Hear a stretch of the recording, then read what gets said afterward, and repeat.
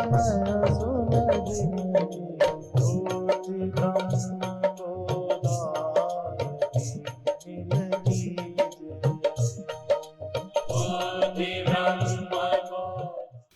सच्चिदानंद भगवान की, सनातन धर्म की। प्रेम के बिना रसानुभूति नहीं होती। भक्ति कहो, प्रेम कहो, और उस प्रेम का ही नाम अनेक है। कैसे? स्त्री पुरुष के प्रेम को काम बोलते हैं, और धन के प्रेम को लोभ बोलते हैं, और भगवान के प्रेम को भक्ति बोलते हैं, और गुरु के प्रेम को श्रद्धा बोलते हैं। ऐसे ही पुत्र आदि के प्रेम को मोह बोलते हैं, और उसमें सुखानुभूति सबको होने लगती है। बेटे में, गुरु में, भगवान में। और जहाँ प्रीति होती है तहाँ सुखानुभूति होती है। परंतु संसार से प्रीति करने में चूंकि उसका अभाव हो जाता है, जिससे हम प्रेम करते हैं, तो फिर दुख होता है। पिता का, पुत्र का, पति का, पत्नी का अभाव हो जाए तो दुख होता है। इसलिए हम ऐसे व्यक्ति को प्रेम करें जो भले देह छोड़ता हो पर मरता ना हो, ऐसा हमें पक्का हो। जैसे भगवान का देह ना रहे तब भी हम मंदिर में उनकी पूजा करते हैं, क्योंकि हम सबको लगता है भगवान थे, आए हैं और अपने धाम में हैं, खत्म हो गए, ऐसा नहीं लगता। मनुष्य को समझाओ भी तब भी उसको लगता है वो तो खत्म हो गए, खत्म हो गए, जबकि ऐसा है नहीं। हमारे सभी धर्म ग्रंथ और सामाजिक विश्वास मान्यता कि वो देह छोड़ गए, चलाना कर गए, ऐसे बहुत शब्द हैं। देहावसान हो गया, देह का अंत हुआ, देहांत। पर फिर भी उसके लिए हम शोक करते हैं। आ जाइए, चलने लगे, जाने तो क्या। तो एक लड़का है, जैसे हमारे यहाँ परम थे ना, ऐसे एक लड़का आया है। परसों कोई उनके घर में किसी की मृत्यु हो गई तो रो रहा था, पर वो हो आया और जल्दी आज वहीं था, हरिद्वार में।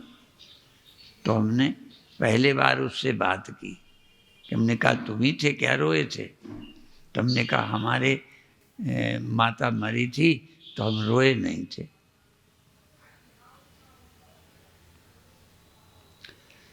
तो समझाने के लिए या तो वैराग्य हो कि ये तो जाना ही है, पहले से मन तैयार रखे। कई लोग यही समझाते हैं, जीते जी सेवा करो, प्रेम करो, खुश रखो। लेकिन किसी का शरीर न रहे तो मत रो, क्योंकि वो कोई नई बात तो है नहीं। गुरबाणी में है, चिंता ताकि कीजिए जो अनहोनी होए। ये तो पक्का है। तो उस समय क्या पहले से पक्का है कि हमारी ड्यूटी है पढ़ाना, लिखाना, सेवा करना, खिलाना, पिलाना, दुख नहीं देना, सुख देना। और प्रकृति से जो आ जाए तो अभी सुन रहे थे, इलाज करा लो, बाकी क्या कर सकते हो। और शरीर को बनाए रखना तुम्हारे हाथ में नहीं, तो उसके लिए हम क्यों दुखी हों? वो तो परमात्मा का विधान है। तो इस तरह ख्याल करना।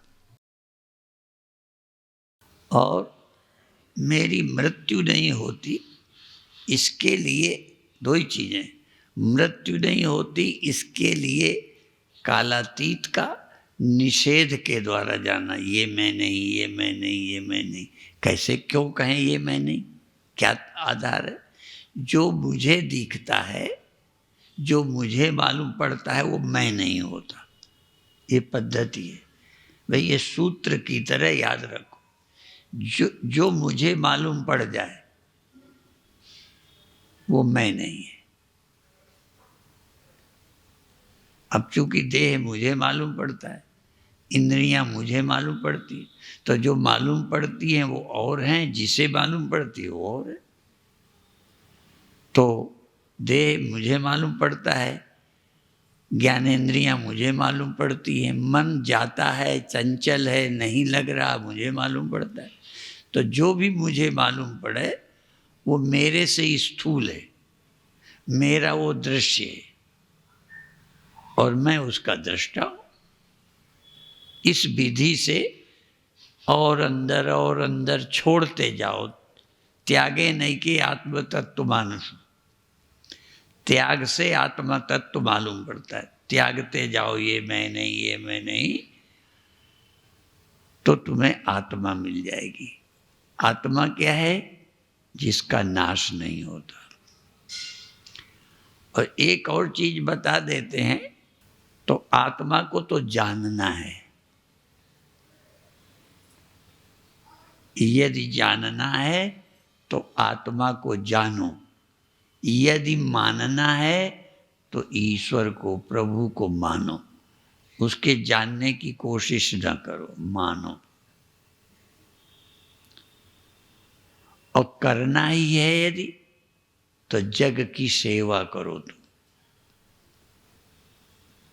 जग में परिवार भी है, यदि करना है तो सेवा करो। कैसे करो? बदले की इच्छा न रखो, नहीं वो भी दुख देगी। जिससे आशा करते हो, फिर उसकी आपकी आशा पूरी नहीं होती तो दुखी होते हो। क्योंकि दुखी नहीं होना चाहते, इसलिए सेवा करो, अपेक्षा कुछ न रखो, जग की सेवा करो। और प्रेम परमात्मा से क्यों करो? क्योंकि बिना प्रेम के मन प्रसन्न नहीं रहता। नहीं भी देखा तो भी प्रेम करो।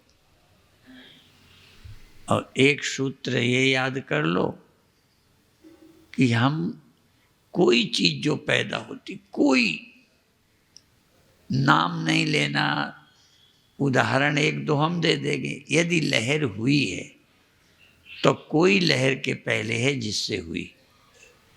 यदि कोई ढेला बना तो कोई है जिससे बना। यदि और कोई चीज गिनती हजारों कर लो, एक से समझ लो, चाहे हजार उदाहरण ले लो। यदि कोई औजार बना तो लोहा है। तो यदि दुनिया बनी तो नाम उसका क्या हो, पर कोई तो है जिससे दुनिया बनी है। वो पहले था और बाद में रहेगा। तुम उससे हुए हो। तुम्हारा होना कोई प्रयोजन, जैसे लोहे से यदि औजार बना तो प्रयोजन है, व्यर्थ नहीं बना, लेकिन नाशी रहेगा। लोहा पहले था, औजार बना, काम का है, उपयोग करो, फिर एक दिन खत्म हो जाएगा। तो ये दुनिया बनी, शरीर बना, मन बना, तो इनका उपयोग भी है। उपयोग करो इसका। बेकार क्या है? काम में लो और एक दिन ये नहीं रहेगा। तो ये ध्यान रख करके निश्चिंतता लानी है। क्योंकि हमें निश्चिंतता चाहिए, हमको शांति चाहिए, हमको अभय चाहिए। तो जो चाहिए उसको पाना चाहिए, यही जिंदगी की सफलता है। पे कुछ लोग समझते धन ही पाना है, फलानी चीज पानी, इसी में लगे हैं। मुख्य बात है शांति पाना, मुख्य बात है निश्चिंतता पाना, मुख्य बात है हमेशा अभय रहना। ये हमारी मांग है, उसको पूरा करो। तो अपनी मांग, और हम तो हंसी में कहा करते हैं, यद्यपि लोगों को लगता है स्त्रियों की मांग होती है। यूं तो पैसा भी चाहिए, पर पैसा भी हो, नौकरी हो और सब कुछ हो, पर पति ना हो, तो स्त्री को एक अभाव लगेगा। इसलिए स्त्री की मुख्य मांग, स्त्री के नाते मुख्य मांग है पति, बाकी और चीज़ें भी। इसीलिए शादी करते हैं तो लोग लड़का ही नहीं देखते, उसका स्वास्थ्य, उसकी नौकरी। क्यों? पति अकेले से नहीं, कुछ खाना पीना भी तो पड़ेगा। अच्छा, खाने पीने के लिए खूब मिले। एक युवा लड़की को 90 बरस 80 बरस के बूढ़े से ब्याह कर दो तो धन मिलेगा, घर मिलेगा और सब कुछ मिलेगा, पर एक मांग स्त्री की पूरी नहीं होगी। तो इसी तरह मनुष्य का भी जन्म हुआ है तो कुछ आवश्यकताएं हैं, एक मांग है। वो मांग तो केवल स्त्री की होती है, पर जिस मांग की हम चर्चा करते हैं वो मानव मात्र की मांग है।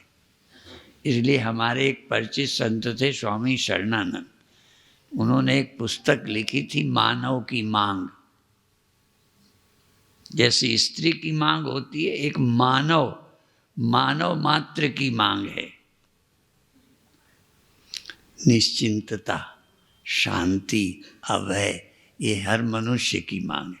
रोटी हो, कपड़ा हो, मकान हो, आश्रम हो, चेले हो, पुत्र हो, पर हमारी मांग पूरी ना हो तो वो ऐसे ही समझो जैसे एक युवा लड़की के 90 बरस के बूढ़े से शादी कर दी तो और सब मिलेगा, पर एक आवश्यकता है मांग जो पूरी नहीं होगी।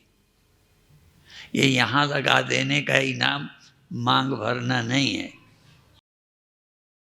पर ये मांग यही कहलाती है, क्योंकि ये पति के पाने से पूरी होती है, धन पाने से नहीं। तो इसी तरह से मानव मात्र की एक मांग है, अभय, निश्चिंतता, अमरता। ये मांग पूरी हो जाए, बाकी खाना पीना भी मिलता रहे और सारा कुछ मिले, पर मांग पूरी ना हो तो करोड़पति भी अधूरे हैं। तो आत्मानुभूति हो, स्वास्थ्य के लिए भी सब प्राणायाम, आसन सब कराए जाएं। हाँ, वैसे तो है ना, कोई तन दुखी, कोई मन दुखी, चिंता चित्त उदास, थोड़े थोड़े सब दुखी। हाँ, और राम के दास तो बनते ही नहीं ना, संसार के दास बनते, तो थोड़े थोड़े सब दुखी। अपन क्या करेंगे? थोड़े थोड़े सब सुखी।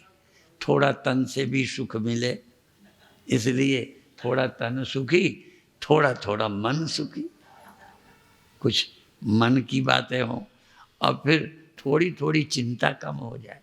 तो ऐसे ही मनुष्य भी किसी और की प्रशंसा सुन के खुश नहीं। 10 बुराई देखोगे, अच्छाई नहीं देखोगे।